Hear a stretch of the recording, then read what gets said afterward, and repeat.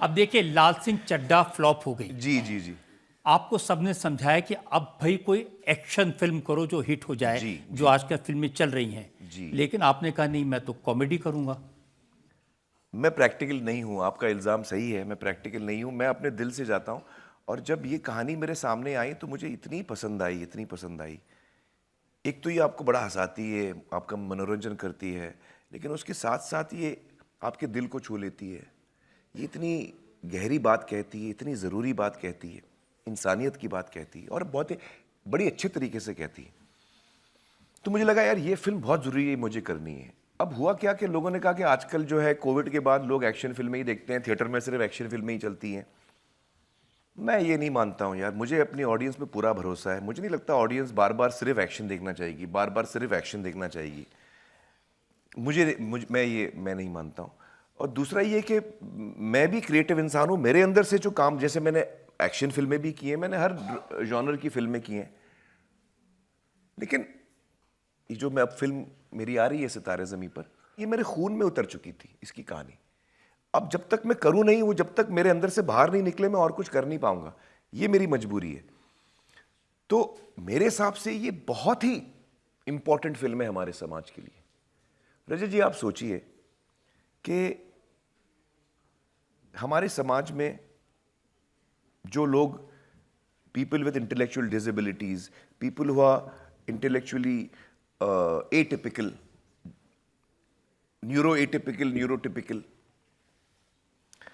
तो उनकी जिंदगी बचपन से क्या होती है, हम लोग 2 सेकंड उस पर ध्यान देते हैं। अभी हम सब 8 साल 10 साल की उम्र से गुजर के यहां तक पहुंचे हैं।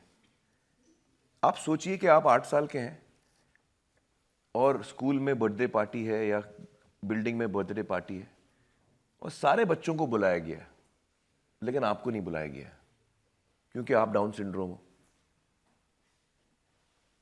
और ये सिर्फ एक दफा नहीं होता, हर दफा होता है। तो उस बच्चे का हमको सोचना चाहिए कि उसको क्या फील होगा। उसने कोई पाप किया है, उसने क्या किया है, उसने कोई गलत काम किया है, क्या किया है उसने, उसका तो फॉल्ट भी नहीं है। ये मैं पैदाइशी ऐसा हो सकता था, आप पैदाइशी ऐसे हो सकते थे, ये हमारे कंट्रोल में नहीं है भाई। अब उसको एक तो तकलीफ है, ऊपर से हम उसको अलग कर रहे हैं और जिंदगी भर अलग कर रहे हैं। ये ठीक नहीं है, ये इंसानियत नहीं है। हमारा इतना कमाल का देश है भारत, हमें इस चीज़ को चेंज करना चाहिए। हम लोग इमोशनल लोग हैं। तो मुझे लगा कि यार ये बहुत इंपॉर्टेंट टॉपिक है यार। हर आदमी इंसान है, हर आदमी के जज्बात हैं।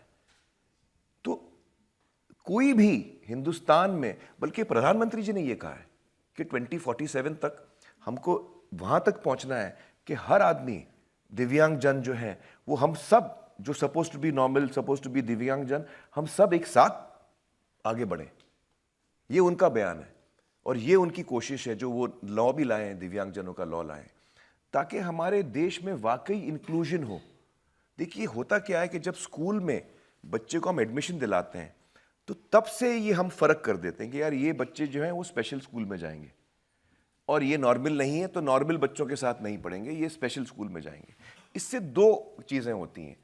एक तो इन बच्चों को आप, उनके साथ आप नाइंसाफी कर रहे हैं, उनको अलग आप रख रहे हैं, मेन स्ट्रीम में आने नहीं दे रहे हैं। दूसरा, जो न्यूरोटिपिकल बच्चे हैं, सपोजिटली जो नॉर्मल बच्चे हैं, उनका आप सोचिए कितना नुकसान कर रहे हैं रजत जी। उनको भी मौका नहीं मिल रहा है कि वो अपने दोस्तों के साथ बैठे जो शायद न्यूरो एटिपिकल हो, जो डाउन सिंड्रोम हो, ऑटिस्टिक हो। उनको भी संवेदनशील होना वो सीख सकते हैं, एम्पैथी सीख सकते हैं, केयरिंग सीख सकते हैं, उनकी मदद करना सीख सकते हैं। हाथ पकड़ के दोनों लोग आगे बढ़ सकते हैं।